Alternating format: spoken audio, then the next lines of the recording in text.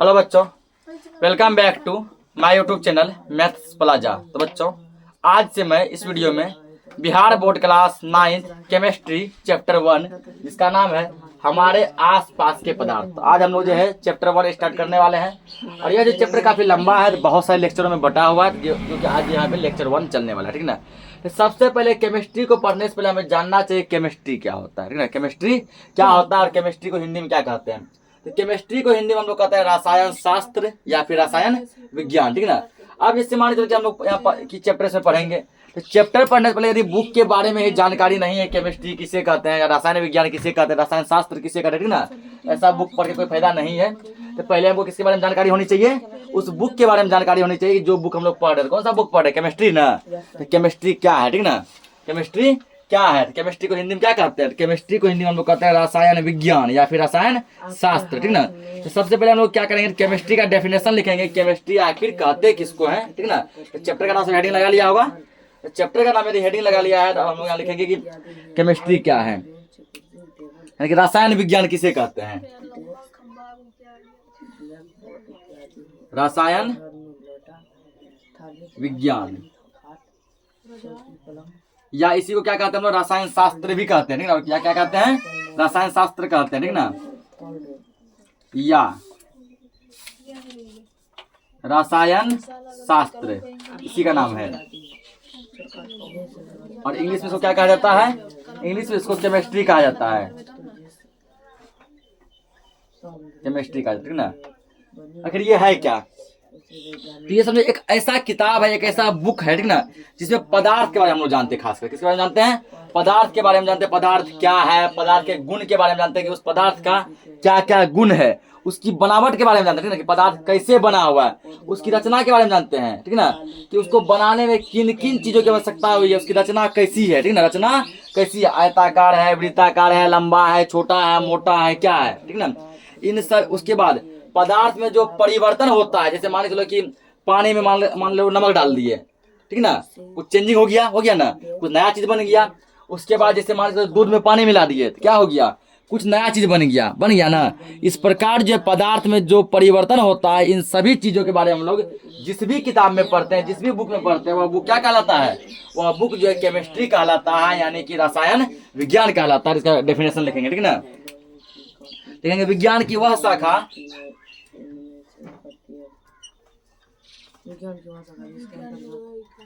विज्ञान की वह शाखा,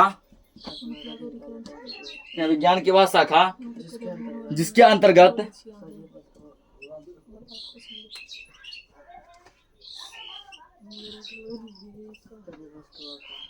विज्ञान की वह शाखा जिसके अंतर्गत पदार्थ के गुण,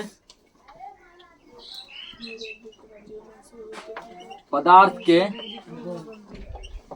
गुण, ठीक ना, विज्ञान की वह शाखा जिसके अंतर्गत पदार्थ के गुण, उसकी बनावट, पदार्थ के गुण कोमा उसकी बनावट, किस प्रकार की बनावट है उसका, ठीक ना, उसकी बनावट कोमा रचना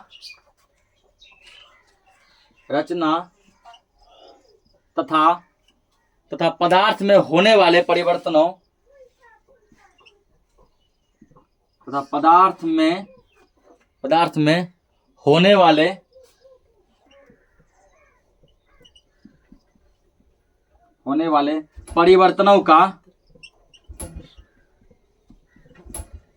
परिवर्तनों का अध्ययन किया जाता है, अध्ययन किया जाता है, कोमा रसायन विज्ञान कहलाता है, या रसायन शास्त्र कहलाता है, या केमिस्ट्री कहलाता है, रसायन विज्ञान कहलाता है।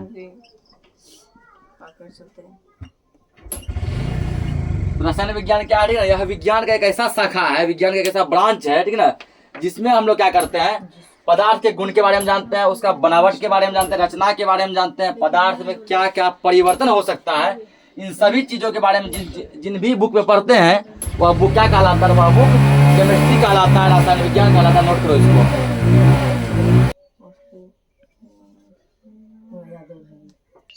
देखो आगे आप समझते हैं, ठीक ना। तो केमिस्ट्री समझ गए, केमिस्ट्री क्या है, ठीक ना, यानी कि रसायन विज्ञान क्या है। अब जो है हम लोग इस चैप्टर में जो है हमारे आसपास के पदार्थ इसमें समझते हैं। जैसे आप मान के चलो कह रहा है, ठीक ना, कि आपके स्कूल बैग में, हमारा बैग जो है स्कूल का बैग, उसमें क्या क्या है, कॉपी है, किताब है, कलम, पेंसिल, रबर, स्केल, ये सभी चीजें हमारे कहाँ पे हैं, बैग में है, ठीक ना। ये सभी चीजें कहाँ पे हैं, बैग में है। और जब हम लोग क्लास जाते हैं, क्लास में क्या क्या देखते हैं, बेंच रहता है, डेस्क रहता है, ठीक ना, टेबल, कुर्सी, ये सब। उसके बाद जो है टेबल, कुर्सी, ब्लैक बोर्ड, ये सभी चीज कहाँ देखने को मिलता है, ये सभी चीज क्लास के अंदर देखने को मिलता है, ठीक ना। उसके अलावा जब घर आते हैं, घर में जैसे मानो लोटा, गिलास, बाल्टी, चौकी, पलंग, जूता, चप्पल, ये सभी चीज कहाँ देखने को मिलता है, घर में देखने को मिलता है, ठीक ना। ये सभी चीज जो क्या है, ये सभी वस्तुएं पदार्थ से बनी है। किससे बनी है, पदार्थ से बनी है। दुनिया की जितनी भी वस्तुएं वो किससे बनी होती है, पदार्थ से। वही विश्व की प्रत्येक वस्तु जिस सामग्री से बनी होती है उसे वैज्ञानिकों ने पदार्थ कहा है, ठीक ना। दुनिया का जितना भी वस्तु है, जितना भी वस्तु है, जिन भी चीजों से बना है, वैज्ञानिक ने उसका एक नाम दिया है, वो क्या नाम है, पदार्थ, ठीक है। जैसे मान के चलो तुम लोग सामने अभी किस पे बैठा है, बेंच पे बैठा है। बेंच किससे बना है, लकड़ी से। लकड़ी यहाँ पदार्थ हो गया, क्या हो गया, पदार्थ हो गया, ठीक ना। जैसे मान लो ये बुक जो कागज से बना है, कागज क्या हो गया, पदार्थ हो गया, ठीक ना। तो जिन भी चीजों से, दुनिया की कोई भी वस्तुएं जिन भी चीजों से बनती है उसको क्या कहते हैं, पदार्थ कहते हैं, ठीक ना। उसको हम लोग पदार्थ कहते हैं। जिस हवा में हम सांस लेते हैं, जो भोजन हम खाते हैं, जो पानी हम पीते हैं, उसके बाद सूर्य, चंद्रमा, तारे, पशु, पक्षी, बालू, जल की बूंद, ये सभी भी पदार्थ हैं। ये सब क्या है, पदार्थ है। सूर्य, तारा, ठीक ना। उसके बाद आकाश, चांद, ये सब क्या है, सब कुछ पदार्थ है। जो भोजन खाते हैं, जो पानी पीते हैं, वो भी क्या है, पदार्थ है, ठीक ना। कई वस्तुएं एक ही पदार्थ की बनी होती है, जैसे किताब और कॉपी कागज से बने होते हैं। किताब और कॉपी किससे बने होते हैं, कागज से बने होते हैं, ठीक ना। कितना सामान ऐसा जो एक ही पदार्थ से बना होता है। उसके बाद जैसे टेबल, कुर्सी, डेस्क, बेंच, चौकी, पलंग, ये सभी चीज किससे बना है, लकड़ी से बना है। किससे बना है, लकड़ी। लकड़ी यहाँ पदार्थ हो गया, ठीक ना। उसके बाद जो है जैसे कुर्सी, पलंग, चौकी, ठीक है, इसमें लकड़ी के साथ साथ और क्या लगता है, कांटी लगता है, ठीक है। कांटी हम लोग ठोकते हैं ना, कांटी ठोकते हैं, उसके माध्यम से ये क्या होता है, एक दूसरे को जकड़ा रहता है। इनमें से प्रत्येक में कुछ ना कुछ द्रव्यमान होता है। द्रव्यमान का मतलब वजन, द्रव्यमान मतलब वजन, ठीक ना। तो मोटा मोटी यहाँ समझो कि पदार्थ में जो क्या क्या होना चाहिए, ठीक ना, पदार्थ में क्या क्या होना चाहिए। तो पदार्थ का यहाँ पे दो कंडीशन है। मान ये पदार्थ हो गया, ठीक, इसका क्या है, दो कंडीशन है। पहला कंडीशन इसमें क्या होना चाहिए, द्रव्यमान होना चाहिए। द्रव्यमान यानी कि वजन होना चाहिए, ठीक ना। और दूसरा इसमें क्या होना चाहिए, ये स्थान घेरना चाहिए, स्थान घेरना चाहिए, ठीक ना।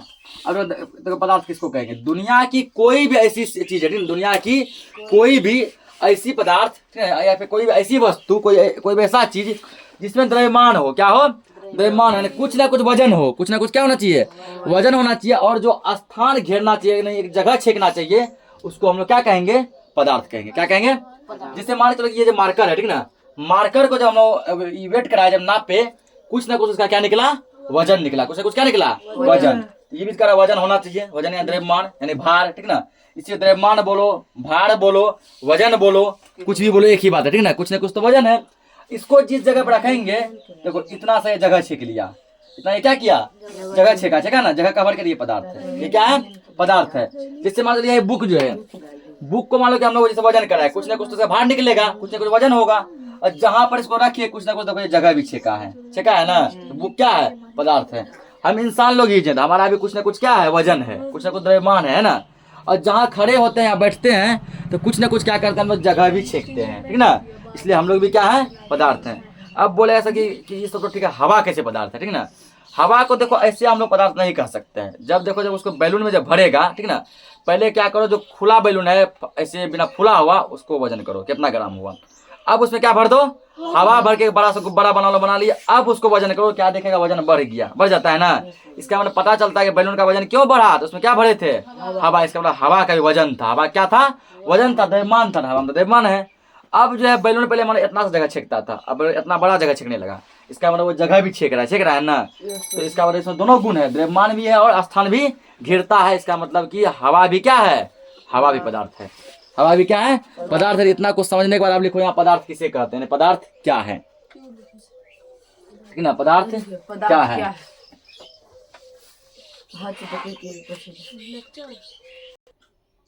देखो यहाँ पदार्थ, ठीक है, पदार्थ को क्या कहते हैं इंग्लिश में? मैटर कहते हैं। इसका डेफिनेशन लिखेंगे, ठीक ना, कि जिनमें द्रव्यमान हो, जिनमें क्या हो? द्रव्यमान यानी वजन हो,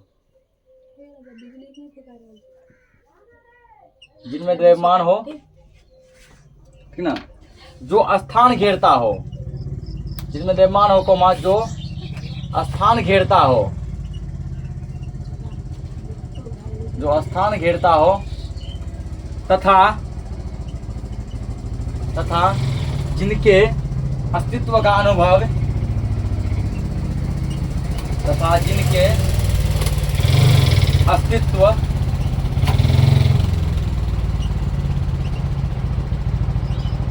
का अनुभव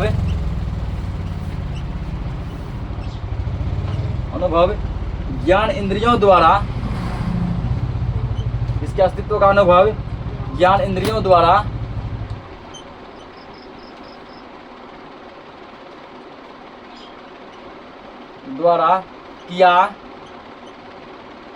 किया जा सके उसे पदार्थ कहते हैं। उसे क्या कहते हैं? उसे पदार्थ कहते हैं।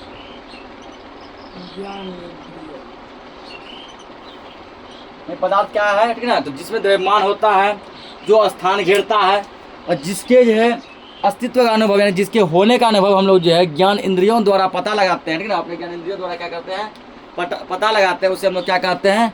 उसे हम लोग पदार्थ कहते हैं। क्या कहते हैं? पदार्थ कहते हैं, ठीक है ना। जैसे लिखो इसका, जैसे तो इसका हो जाएगा जैसे दुनिया की सभी वस्तुएं, ठीक है ना, जैसे क्या हो जाएगा? दुनिया की सभी वस्तुएं, दुनिया के हर वस्तु में क्या है? पदार्थ है, ठीक है ना। फिर भी कुछ चीज़ का एग्जाम्पल लिख लो, जैसे मान लो लकड़ी,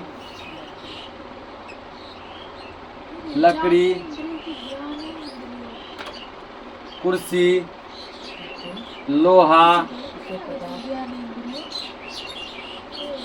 लोहा, कागज, कुछ भी लिख सकता है ना, जो तुमको मन में वही लिखो। वायु, जल, ठीक ना, इत्यादि कर दो, इत्यादि। जितना लिखेंगे, ठीक ना, वो सभी क्या होगा? वो सभी जो पदार्थ ही होगा। वो सभी क्या होगा? पदार्थ ही होगा, ठीक ना। अब दिया है तो तांबा, सोना, चांदी, गैस में जो हाइड्रोजन, ऑक्सीजन, पत्थर, पानी, सेंट, ये सब कुछ क्या है? ये सब कुछ ही पदार्थ है, ठीक ना। ऐसे वैसी चीजें जिनमें ना तो द्रव्यमान होता है ना ही स्थान घेरती है, उसको पदार्थ नहीं कहते हैं, ठीक ना।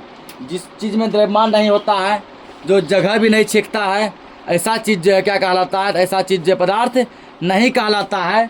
जैसे मान लो कि मित्रता मतलब क्या? दोस्ती, ठीक ना। दोस्ती कहीं कोई जगह छेकता है? नहीं। क्या उसमें दोस्ती में द्रव्यमान होता है? नहीं। तो ये क्या है? पदार्थ नहीं है, ठीक ना। जैसे प्रेम यानी लव, ठीक ना, विचार, चिंतन, स्वाद, कोई चीज़ का स्वाद हमको कैसा लगा, ठीक ना, उसको हम लोग नाप नहीं सकते स्वाद कैसा लगा, ठीक ना। स्वाद को हम लोग नाप नहीं सकते हैं, और स्वाद हमारा क्या होता है? जगह भी नहीं छेकता है, वो सब चीज़ पदार्थ नहीं होगा, ठीक ना। अब पूछेगा अगला, जैसे वस्तु किसे कहते हैं? वस्तु किसे कहते हैं? लिखेंगे वस्तु।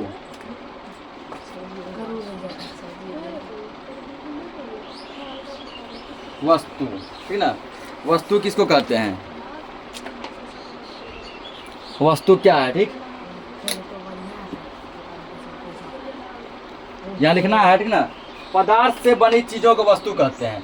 पदार्थ से जो भी चीज बनेगा वो क्या कहलाएगा? वस्तु कहलाएगा।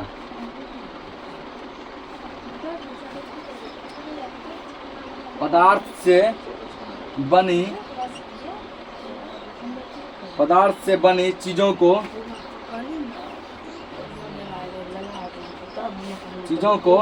वस्तु कहते हैं।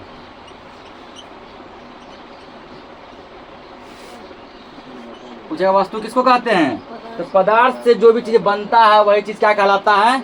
वह चीज जो है वस्तु कहलाता है, ठीक ना। जैसे लकड़ी क्या है? एक पदार्थ है। लकड़ी क्या है? एक पदार्थ है, ठीक ना।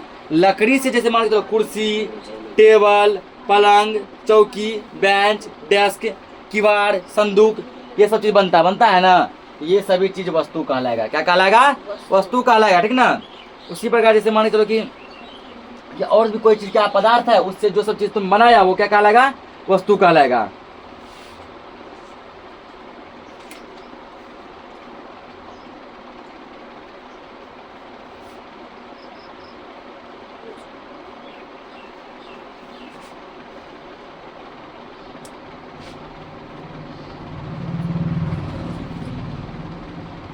और देखो पूछेगा पदार्थ में कितने प्रकार के गुण पाए जाते हैं, ठीक ना। तो ध्यान रखना, पदार्थ में 2 तरह के गुण पाए जाते हैं। कितने गुण पाए जाते हैं? 2 प्रकार के गुण पाए जाते हैं। पहला है बाह्य गुण, दूसरा आंतरिक गुण। बाह्य मतलब बाहरी गुण, बाह्य मतलब बाहरी गुण, आंतरिक मतलब अंदर का गुण, ठीक ना। तो पदार्थ के वे गुण जो हमारी नग्न आंखों से, ठीक ना, नग्न आंखों से या बाह्य ज्ञान इंद्रियों से देखने, परखने, छूने से स्पष्ट हो जाए, उसको बाह्य गुण कहते हैं। ऐसा गुण जिसको हम लोग अपनी खुली आंखों से देख सकते हैं, ठीक ना। ऐसा गुण जिसको अपनी खुली आंखों से देख सकते हैं, ठीक ना। उसको देखने के लिए कोई जो है माइक्रोस्कोप की या फिर कोई मशीन की जरूरत नहीं होती है। तो पदार्थ के ऐसे गुणों को हम लोग क्या कहते हैं? बाह्य गुण कहते हैं, ठीक ना। जैसे ये नमक एवं चीनी दोनों का बाह्य गुण, रंग, आकृति सब समान है, ठीक ना। नमक और चीनी को जब देखेगा, दोनों देखने में कैसा एक जैसा है, दोनों का रंग एक जैसा है, दोनों का गुण एक जैसा है, मतलब कि दोनों ही पानी में घुलता है ना।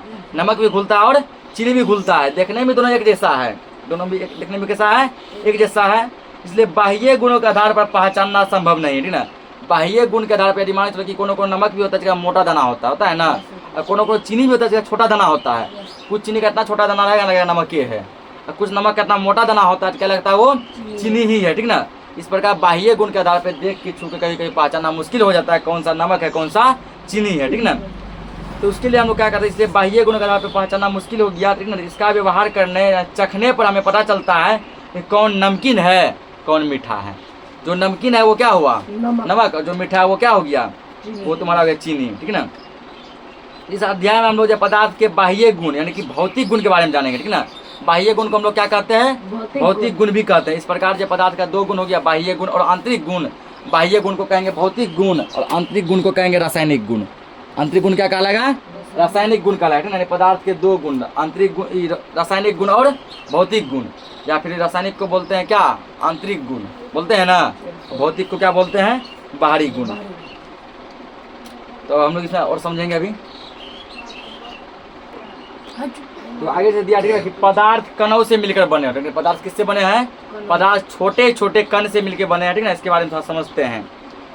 दिया है, ठीक ना, कि अब प्रयोग के माध्यम से प्रमाणित हो चुका है कि पदार्थ जो है रेत की तरह कणों से मिलकर बने। रेत समझता है ना, बालू, ठीक ना।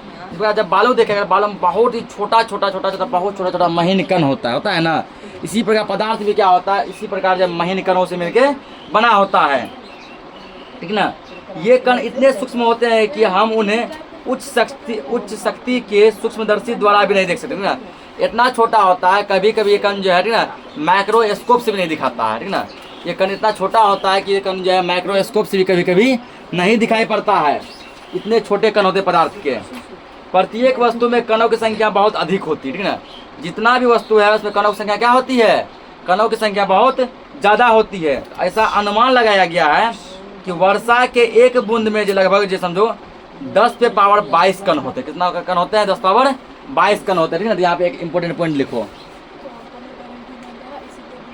उसके पदार्थ जो किससे 10 पावर 22 कण होते हैं ना, हम लोग इन कण को क्या कहते हैं? परमाणु या अणु कहते हैं। इन कणों को क्या कहते हैं? परमाणु या अणु कहते हैं। इस प्रकार हम कह सकते हैं सभी पदार्थ जो है परमाणुओं या अणुओं से मिलकर बना है।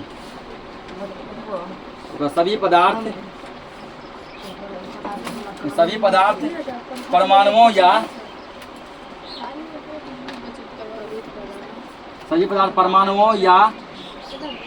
अणुओं से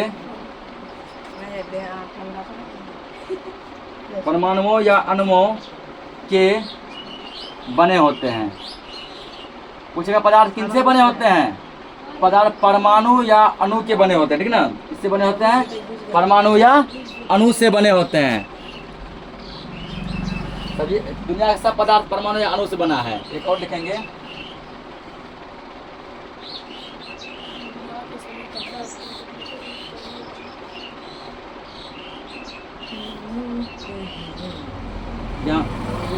जल के बूंद में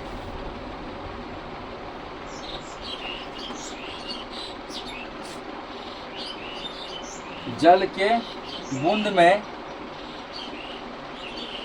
एक जल का बूंद का बात कर रहे हैं ना, एक जल के बूंद में, एक जल के बूंद में ना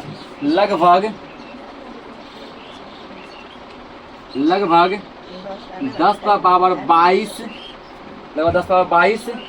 कण होते हैं।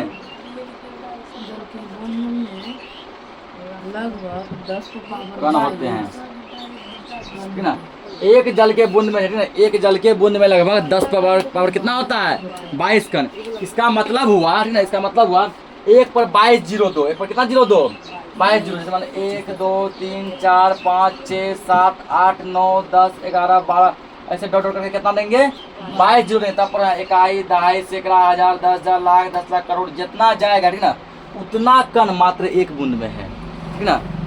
उतना कण किससे, क्योंकि जल क्या हो गया, पदार्थ हो गया। क्या बताए, पदार्थ किससे बना होता है, ठीक ना। पदार्थ कण के बने होते हैं, किसके बने होते हैं, कण से बने होते हैं, ठीक ना। अब पदार्थ के जो ना, और पदार्थ किससे बने होते हैं, कण से। और जो जल का दीजिए हमारी तरह की, अब प्रत्येक वस्तु में कणों की संख्या बहुत अधिक होती है। इतना ज़्यादा कण होता है कि हमको जो सूक्ष्मदर्शी यानी कि माइक्रोस्कोप से भी दिखाई नहीं देता है, ठीक ना।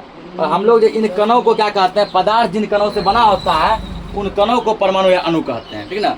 पदार्थ जिन कणों से बना होता है उस कणों क्या कहते हैं, उन कणों को परमाणु या अणु कहते हैं। इस प्रकार कह सकते हैं पदार्थ परमाणु या अणु के बने होते हैं, ठीक ना। और जल के एक बूंद से अपना कण होता है, कितना खरब नील निकल जाएगा, ठीक ना। इकाई दहाई करके समझ सकता है, 22 जीरो देंगे 1 पर, इकाई दहाई करके कितना दूर जाएगा, उतना एक बूंद का हुआ। जैसे इसके लिए एक प्रयोग दिया गया, ठीक ना। एक प्रयोग हम लोग समझते हैं जो कि घर पर भी हम लोग कर सकते हैं, समझा प्रयोग। तो एक बीकर में लगभग आधा भाग पानी लेकर पानी के स्तर तक बीकर पर निशान देते हैं, ठीक ना। एक कोई बीकर लो, मान कोई एक गिलास लो कांच का, उसमें क्या करो, आधा गिलास पानी दे दो, जहाँ तक पानी भरा मारकर से निशान लगा दो, लगा दिए, ठीक ना। अब बीकर के पानी में नमक या चीनी को कांच की छड़ की सतह से मिलाओ। नमक या चीनी लो, ठीक है, चम्मच से या कोई भी चीज़ से उसको क्या करो, मिला दो, मिला दिए। नमक या चीनी शीघ्रता से घुले, इसलिए कांच की छड़ का प्रयोग किया जाता है, ठीक ना। कांच के छड़ से मिलाते हैं ना, वो जल्दी मिलता है, या कोई भी चीज़ से मिला, बस मिलाना है, मिला दिए। अब बिना हिलाए डुलाए भी चीनी पानी में घुलेगा, लेकिन काफ़ी धीरे धीरे, ठीक ना।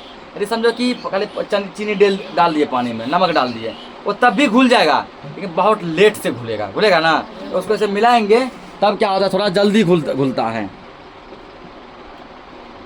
अब बीकर के पानी में डाला गया नमक या चीनी पूर्ण रूप से घुल जाता है, तब घोल को स्थिर होने दो, ठीक ना। ऐसे डोला तो हिल डोल कर रहा था, उसको शांत होने दो, शांत हो गया।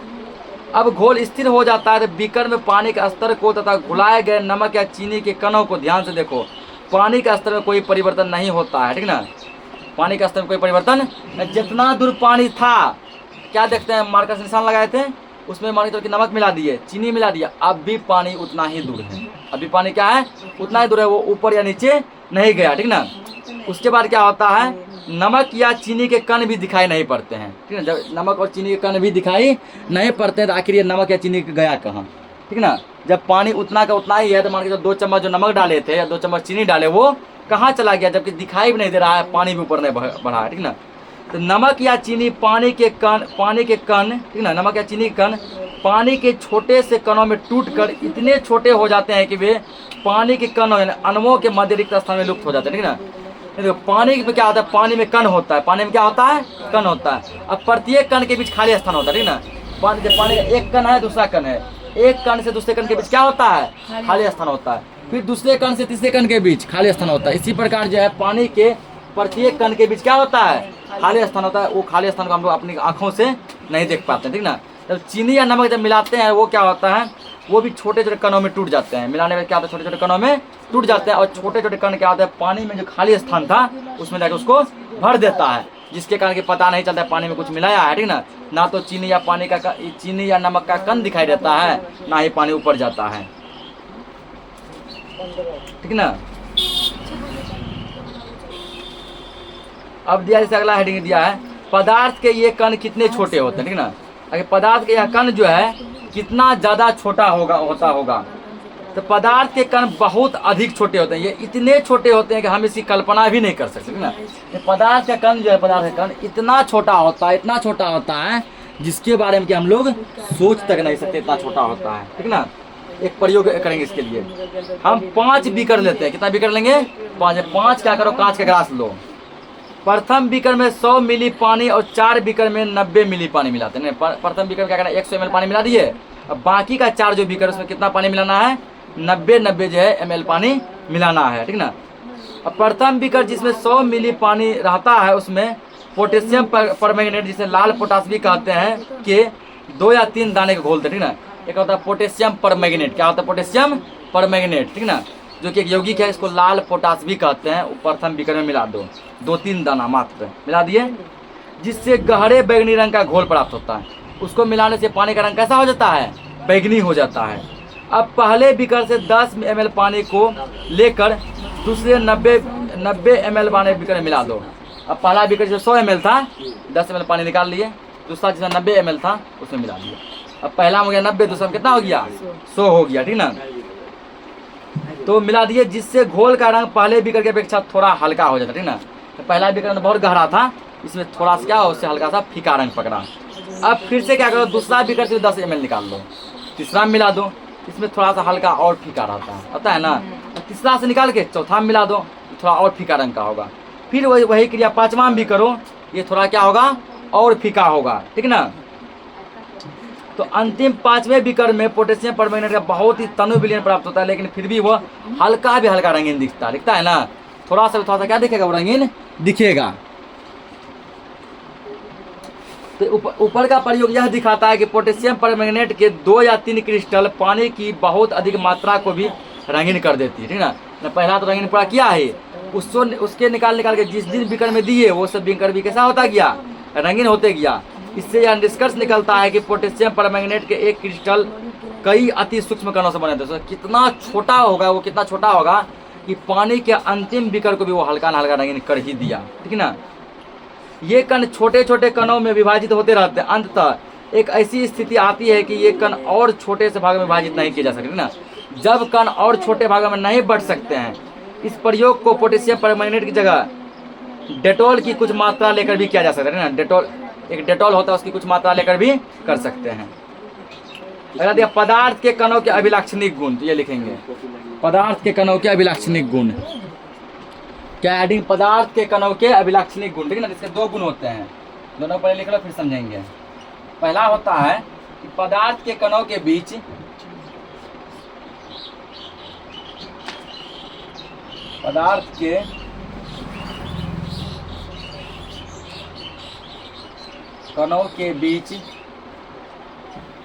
रिक्त स्थान होता है। ये अभी जस्ट समझा है ना कि पदार्थ के कणों के बीच क्या होता है, रिक्त स्थान, मतलब खाली स्थान होता है, खाली जगह होता है, ठीक ना। रिक्त स्थान होता है, पदार्थ के कणों के बीच रिक्त स्थान होता है। और दूसरा गुण लिखेंगे इसका, दूसरा होता है पदार्थ के कण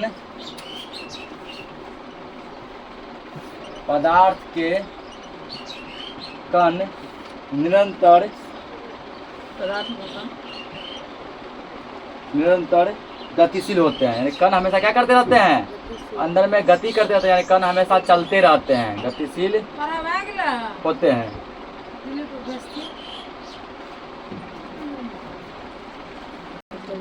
पहला पॉइंट क्या लिखा है, पदार्थ के कणों के बीच रिक्त स्थान होता है, ठीक ना। ये तो अभी भी समझा ना कि पदार्थ के जो 2 कण होते हैं, किन्हीं भी 2 कणों के बीच क्या होता है, खाली जगह होता है, ठीक ना।